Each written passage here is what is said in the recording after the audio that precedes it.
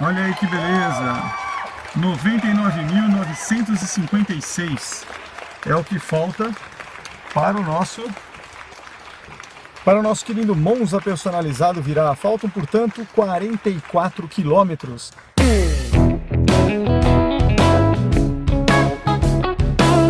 Aí, pessoal, agora terminando, saindo aqui do nosso querido café da manhã, exatamente ao 12h17, para ver loja de disco no centro, lá em Pinheiros. Vamos levar o Eduardo, todo mundo, para falar de vinil. E é esse assunto que eu queria falar com vocês antes de passar a cena acelerada, lá pela 23 de maio, voltando para casa com o nosso querido Monza personalizado. A gente vai falar de vinil hoje, então eu vou mudar o cenário, vamos para a sala recém-pintada, vamos falar de vinil. Por quê? Porque tem um amigo do meu filho que ia falar de vinil. Então vamos falar um pouco de vinil, como é que funciona esse negócio, o que você precisa ter para ter vinil em casa, para ter toca-disco, tem receiver, não tem? Vocês vão entender tudo isso daqui a pouco. Vamos andar agora.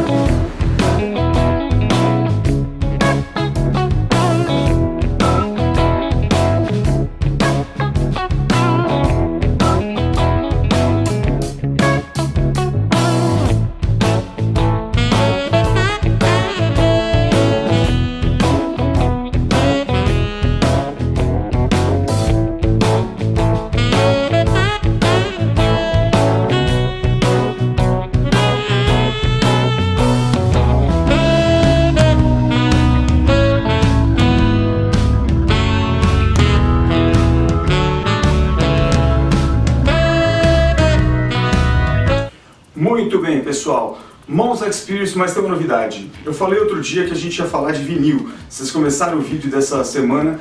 Lá dentro do Sesc, a gente estava filmando o nosso querido Monza personalizado com a GoPro fixado no vidro traseiro. E é possível fazer isso porque o vidro traseiro nesse momento está completamente sem sulfilme.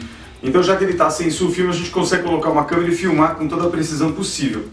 Mas o mais importante ali é que eu falei do vinil. A gente estava saindo, na verdade, a Simone daquele dia e o Diogo, a gente encontrar com o Diogo, meu filho, porque ele tem uns amigos dele que iam lá comprar disco. E eles me perguntaram aonde eu compro vinil. Comprar vinil em São Paulo ou comprar vinil em outras cidades é muito relativo, você tem várias lojas, mas normalmente os preços que se cobram nessas lojas é bem alto. Em São Paulo, por exemplo, você tem a Galeria do Rock e geralmente os discos lá são super valorizados, até discos são comuns. Discos nacionais fabricados são comuns e às vezes tem um preço muito maior. Eu recomendo uma lojinha pequena, na verdade pequena no tamanho porque ela é feita num sobrado há mais de 30 anos, mais de 40 anos na verdade, lá em Pinheiros, perto da Pedroso, paralela à Rua dos Pinheiros, esqueci o nome, entre a Simão Álvares e tudo mais, eu esqueci o nome da rua, depois eu coloco bonitinho o crachá do Eric, crachá não, o cartão de apresentação, Eric Discos. Procure Eric Discos na internet que vocês vão gostar. O Eric, na verdade, tem uma história muito legal. O Eric é um cara inglês, ele veio para São Paulo na década de 70, saiu da família lá na Inglaterra, tudo mais, veio para São Paulo com uma mão na frente e outra atrás. E, como qualquer bom estrangeiro, a única coisa que ele conseguiu lembrar que ele sabia fazer naquele momento era falar inglês. Então ele foi professor de inglês muito tempo, taxista, tudo, e se estabeleceu lá no bairro de Pinheiros. Praticamente onde ele mora. Ele é dono de algumas casinhas ali. Uma dessas casas ele fez uma loja de disco, porque na década de 70 e 80 isso estava bombando. E ele tem uma outra coisa, que é um comportamento que é aquele cara acumulador. Ele não é nem colecionador, ele é acumulador, ele acumula muita coisa, ele acumulou muito disco. E aí ele percebeu que aquilo tinha um mercado que ninguém tinha.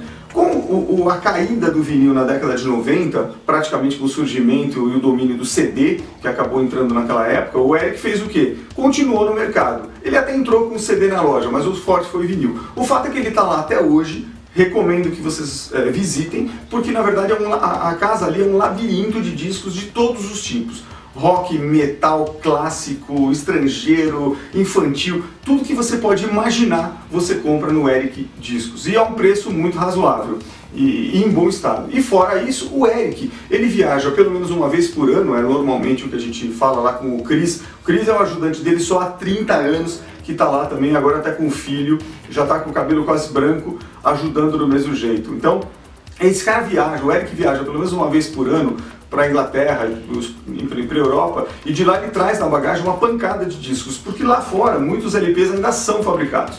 Agora, estendendo a história do negócio, a gente vai falar hoje do vinil. Só que eu vou fazer um negócio diferente. Esse episódio vai estar aqui dentro do Monza Experience, mas na verdade, como esse aqui é um canal de carro, eu criei no Facebook, é um projeto especial, sem YouTube, uma nova página minha, chamada Qualquer Coisa. Então eu vou falar de qualquer coisa nessa página, não só de carro. Então eu vou falar de computador antigo, vou falar, na verdade é qualquer coisa que eu quiser falar, é um espaço público para me expressar. Então é ali. E depois todo o restante dessa série de vinil, porque não dá para falar de vinil, de equipamentos, vinil, uma série de coisas, não dá para falar num único episódio. Ficaria muito grande. Então o primeiro vai ser a demonstração, vai sair simultâneo no Qualquer Coisa aí no Monza Experience, em YouTube e tudo mais. Da parte 2 em diante, procure o Qualquer Coisa. @Qualquer Coisa Moura é o canal, é a página que vai estar lá. Então você vai no @Qualquer Coisa Moura, você vai começar a ouvir coisas quaisquer. Vamos falar de vinil. Meu primeiro vinil tem que começar com uma história. Antes de falar nesse episódio, eu não vou falar ainda de equipamento e tudo mais. Eu vou mencionar equipamento com esse vídeo que está aqui parado, que é um vídeo que você vai achar no YouTube. Então, meu primeiro vinil, na verdade, o primeiro vinil que eu tenho notícia, não o vinil dos meus pais, porque esse eu tinha um monte. Eu já escutava vinil na época dos meus pais há muito tempo. Meu pai tinha, naquela época, inclusive meus pais, meus avós e tudo mais, eles tinham vinis. Então, porque só se ouvia outra coisa. Se você quisesse ter uma música em casa para você escutar de vez em quando e não simplesmente ir a um show todo dia, você tinha que ter um vinil, não tinha fita cassete. Enfim, e aí tem uma história que eu não vou contar hoje dos meus avós, tem coisa aqui antiga, tem disco 78 rotações do Beethoven, que é outro esquema, enfim. Mas o Sérgio, como ele se conhece aos 10 anos de idade ou aos 11 anos de idade, meu primo me apresentou uma banda chamada AC/DC. E o AC/DC, o meu primeiro disco, aqui, é o For Those About Rock, é o famoso disco do canhão, e os detalhes fazem a diferença. Eu não conhecia a banda, eu ouvi na casa do meu primo, que é 2 anos mais velho, mas eu entendi, ele falou assim, não, esse disco é do caramba, e por quê? Porque eles fizeram um show, e dentro do show, o título do disco For Those About Rock, eles estouram um canhão, e esse canhão foi dentro do show, e dentro do show, inclusive, eles foram multados, foram não sei o quê, por quê? Porque não podia levar canhão dentro do show, eles explodiram o canhão dentro do show. Obviamente, o maluco, que é sem munição, né? Seria um tiro de festim, mas qualquer tiro de festim com um canhão dá um estouro grande, normalmente as pessoas de bom senso não permitiriam que isso fosse feito dentro do ambiente fechado. Mas enfim, esses malucos fizeram. Então aqui você já tem o AC/DC na sua forma praticamente atual, com o nosso querido Brian Johnson como vocalista, Angus Young, Malcolm Young e tudo mais. Então, esse já é um disco de 1981 e foi meio que meu primeiro. Outra coisa especial aqui é que tem um selinho onde eu comprei Fac Fac na Joaquim Nabuco, ali no Brooklyn, do lado de onde eu morava. Fac Fac sela grande parte dos discos que a família tem. Que era uma loja de disco que depois, como eu comprava disco quase toda semana lá, economizando o dinheiro da mesada, então isso fazia com que eu ligasse para a loja e falasse assim, tem o disco do não sei o quê? Tem. Segura aí que eu vou comprar. Ah, pois não. E minha mãe também comprava os de música clássica, o meu pai comprava os de Ray Conniff e tudo que eles ouviam. Então, o vinil, na verdade, ele vem num treco grande como esse e às vezes com capa dupla como essa, e aí vem o famoso disco, para você que nunca viu. O disco é esta coisa aqui, ó, preta. E por que vinil? Porque o material, claro, isso aqui é um plástico, calma meu filho, isso aqui é um invólucro. É um invólucro do quê? De proteção do disco. Porque o vinil tem um negócio, ele é feito, depois eu vou explicar em outros episódios, de sulcos.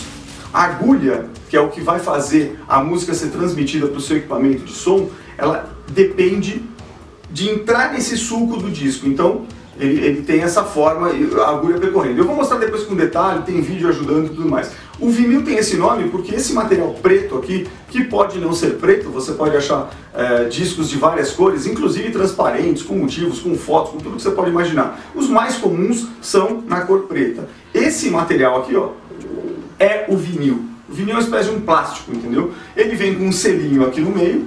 Por que ele vem com esse selo? Porque ele vem aqui com o nome da gravadora, o nome do disco, as músicas, o tempo, quem fabricou. E por que isso? Porque esse é um espaço que não é utilizado, aqui não tem informação gravada. Então, muito parecido com um CD, é um mini... Imagina um CD. O vinil é uma coisa maior, a diferença do CD é a forma de gravação analógica, ou seja, não passou por computador, não transforma as informações aqui contidas em digital, ou zeros e um. Digital é quando você fala que é bit, ou 0 ou 1, ou ligado ou desligado. que o computador depois processa esse monte de sinais ligados e desligados, como se fosse um código Morse da vida, e transforma. Isso é um A, é um B, é um C, e depois em música. O vinil não tem nada disso, é uma forma muito antiga de se produzir música. Você gravava a música com ruídos, e esses ruídos não iam milagrosamente para cá, eles gravavam o sulco. Você pode perceber, não sei se dá para ver dali, eu vou mostrar depois a foto e uma filmagem, o vinil ele tem uma série de estrias aqui que você vê mesmo a olho nu. E você consegue inclusive perceber, outro dia o meu cara estava dizendo isso, meu gênio está dizendo isso, mas como é que você sabe qual que é a música? Eu falei assim, porque eu estou vendo, eu vejo, ó, esse disco tem 1, 2, 3, 4, 5 músicas, e do outro lado tem outras 1, 2, 3, 4, 5, 6 músicas, inclusive tem uma pequenininha aqui. Como é que você sabe? Porque o espaço entre uma música e outra normalmente é um silêncio, eles davam alguns segundos de nada, não como no CD que entra direto. E esse silêncio fica com uma cor diferente aqui. Por quê? Porque a bolacha de vinil plástico não está rasgado com informação. A não informação no disco de vinil, o não ruído gravado, se reproduz nessa parte mais limpa aqui, quase espelhada, porque não tem sulco. Então, tudo que tem sulco, tudo que tem uma cor meio diferente, que não consegue refletir, por exemplo, seu rosto, é informação gravada de forma analógica. Um vídeo que eu recomendo, que mostra como essas bolachinhas aqui são fabricadas, que na verdade, resumidamente, você tem uma matriz, você tem a sua banda, por exemplo, tocada dentro do estúdio. Você tem uma série de microfones captando, um captando a guitarra, o outro a bateria, o outro o vocal, o outro o baixo, nananã. Se você for um cara sozinho, não tem problema, é você, o seu violão, pouco importa. Então você tem uma captura de um microfone, isso já naquela época. Você passava isso, depois de um certo tempo, para um master tape, que era uma fita cassete grandona de rolo, ou gravava-se direto, que era o audio directions que eles chamavam. Você tinha um gravador que transformava aquele sinal do microfone e da mesa de som, com o engenheiro de som lá equilibrando o negócio todo, você passava direto para uma matriz. E essa matriz, na verdade, não é de vinil, ela é de cobre, tem que ser um metal, tem que ser um material duro. E o que ele faz?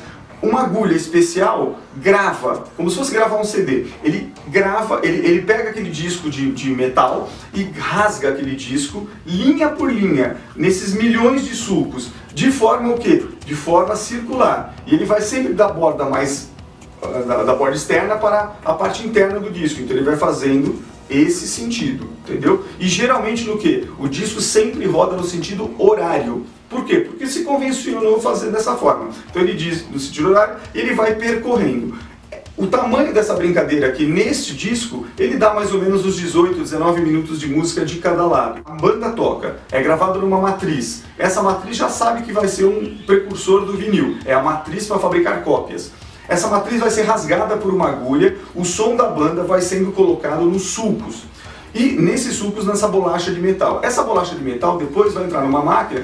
Se você quiser entender de vinil e como é feita a fabricação em detalhe, eu recomendo esse vídeo que está na tela, que é o da Stockfish Records. É uma gravadora alemã, e essa gravadora alemã, eles colocam 2 vídeos aqui, ó, vou colocar aqui, ó, que é todo o processo de captura que eles fazem hoje no estúdio lá na Alemanha, e tá até em alemão essa parte, ó, o vinil tocando, esse já é um vinil pronto, e o mais importante, como é o processo da gravação da matriz, e eles têm um estúdio fodástico, e depois na máquina certa, tudo mais, e depois a prensagem do disco e o controle de qualidade. Então nesse episódio eu vou parar por aqui. Recomendo Stockfish Records, você vai achar 2 vídeos no YouTube muito bons, são longos, parte 1, parte 2, mas ele vai te mostrar, ó, o processo de embalagem, de tudo que você pode imaginar. Detalhe, isso aqui é uma gravadora que existe hoje, no Brasil não tem uma Polisson com máquina velha e tudo mais, não se sabe, mas aqui você tem um processo, e esses caras na verdade são procurados por músicos de ponta do mundo inteiro.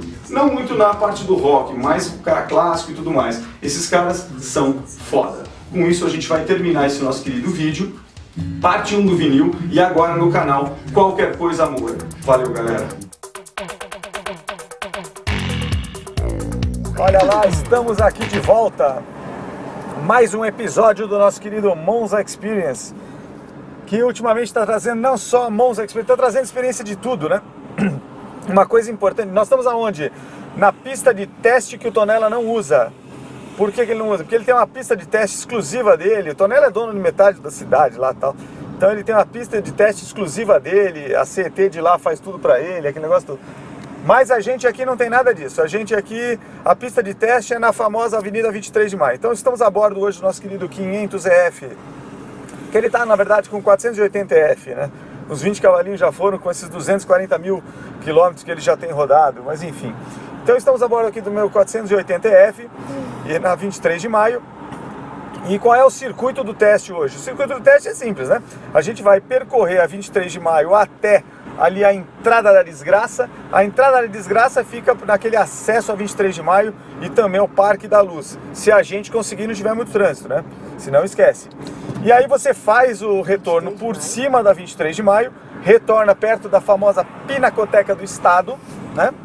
E aí você retorna pela 23 de maio tranquilo. Então esse circuito que sai, portanto, da Avenida Bandeirantes, onde nós entramos agora às 8h17 da manhã deste sábado, de sol, frio, 13 graus em São Paulo. Frio não, deliciosamente agradável em São Paulo. A temperatura agradável, 13 graus. Nos sentimos europeus, lembramos da Opel. É isso. Enfim, a primeira parte foi aquela volta pela 23 de maio do nosso querido Monza personalizado. Nós voltamos com ele pela 23 de maio aquele dia, colocando a câmera na bunda do carro, né? Então nós fizemos isso bonitinho, é legal aquela câmera lá com acelerado, fica interessante.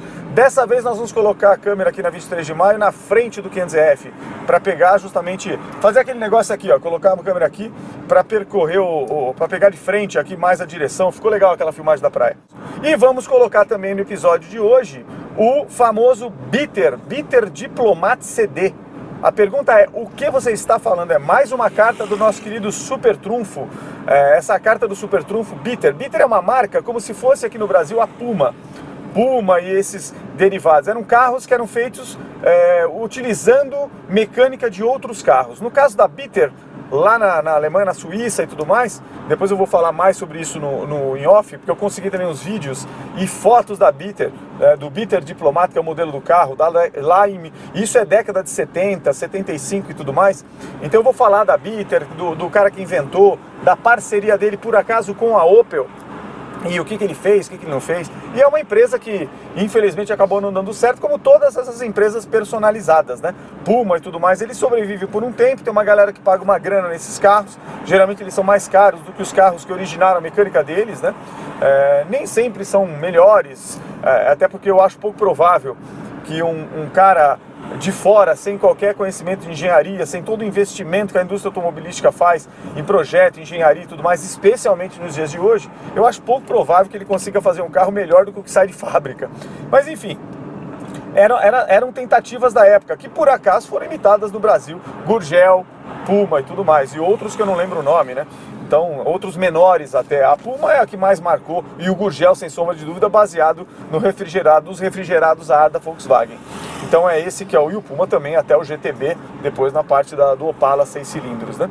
Então é esse o episódio. Então curtam, vamos aqui para a nossa volta de teste. Eu vou tentar encostar o carro em algum lugar, algum posto aqui, para colocar a câmera do lugar certo, com 14 graus, aqui ó, passando aqui do lado pelo Parque Ibirapuera. Essa avenida, nós estamos a 45 por hora, que é o limite da avenida. Ela está carregada às 8 horas da manhã de sábado, mas trafegável. Então nesses 5 minutos de vídeo é isso, foi a introdução. Vamos para mais um episódio, portanto, do Monza Experience. Fui!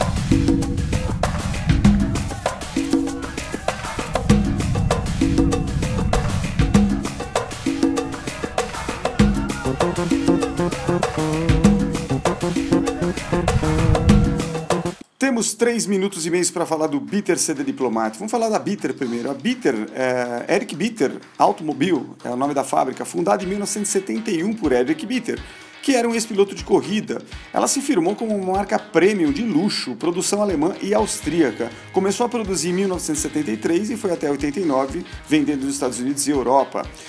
Falando agora desse carro que você está vendo, o Bitter Diplomat CD, era um coupé hatch de 3 portas com motor Chevrolet V8, 227 cavalos, 3.2 litros, que foi utilizado entre 73 e 79. O protótipo dessa coisa foi lançado no Salão do Automóvel de Frankfurt em 69. E detalhes sobre o chassi da Opel GM. Cronologia aí, né? 71, David Holz, chefe de design da Opel, encorajou o Eric Bitter a construir esse CD Bitter. O Eric constrói numa fábrica na cidade de Schwern, na Alemanha, um terreno de mais ou menos uns 4.000 metros quadrados.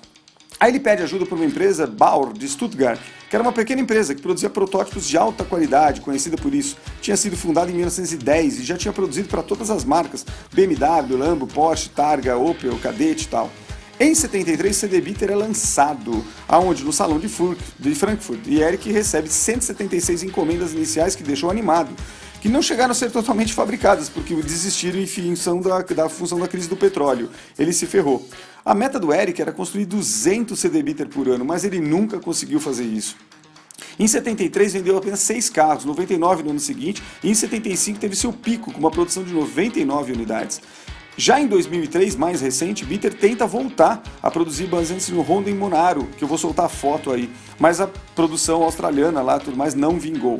E em 2007, ele surpreende o Salão de Automóvel de Genebra com o Vero, que também solta a foto, que é baseado no outro australiano chamado Holden Caprice. E o Vero foi vendido em 2007 até 2012, custou 122 mil euros e vinha com motor Chevrolet V8 de 6 litros e 362 cavalos. E agora você vai ver o som da brincadeira, olha que legal. V8.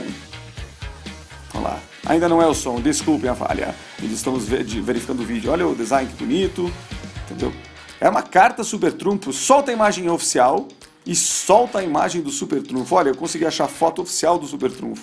Agora sim, um americano maluco em 2014 fez esse vídeo que vocês estão vendo, segue a brincadeira, olha lá, olha o design, o cara andando, praiazinha e tal. Obviamente que esse cara está totalmente restaurado. O Bitter é mais ou menos como o Puma brasileiro, o Gurgel, mais até como o Puma, que é um personalizado em cima do chassi. Olha o V8 aí, V8 original, não aquele que apareceu primeiro, que estava meio com Fueltech, etc.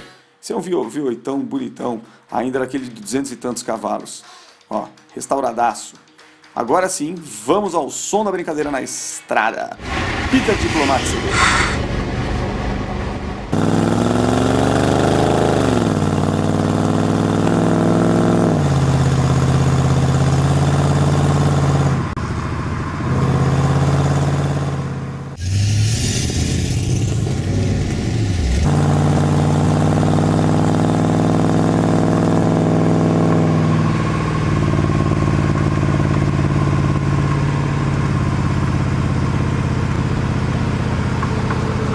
Com o som do V8 a gente termina o nosso Monza Experience de hoje. Vocês curtam depois o nosso vinil e tudo mais também no canal Qualquer Coisa Moura. Fui!